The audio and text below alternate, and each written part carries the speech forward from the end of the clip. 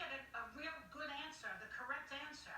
I want you all to get up and walk out. Here we have a president who is exploiting a national crisis to move forward his own agenda, his own revenge, his own profit. The president's just going to ramble, and yell at reporters, say things that aren't the truth, and yell at reporters when they ask important questions, which is what he does. Then they shouldn't have the press conferences. But this is a president who just cannot handle the truth. A president who has to make everything about him. He needs to be praised at every second. What we saw was a hijacking of the task force press conference by a president determined to rewrite the history of his early and reprehensibly irresponsible response to this virus.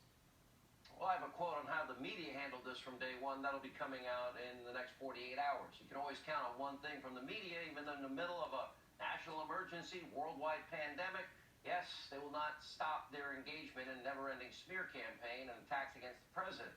It's clear they have a political agenda. Sadly, their hatred of the president, seemingly more important than anything else in the world, even at moments like this, which is why they continue to claim that a potentially life-saving treatment, hydroxychloroquine, they are telling the American people it is dangerous and it is reckless, and that the president talks about it.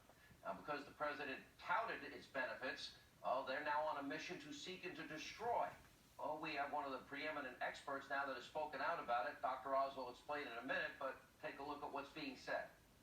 President Trump continues to push for the use of the anti-malaria drug hydroxychloroquine, despite scant scientific evidence of the drug's effectiveness. That's very concerning that this is being promoted as something people should be going out and rushing to get or asking their doctors to prescribe them. The president was focused on Sunday was once again touting the use of this drug hydroxychloroquine, which so far there is no conclusive scientific evidence showing that this drug is effective in the treatment of coronavirus.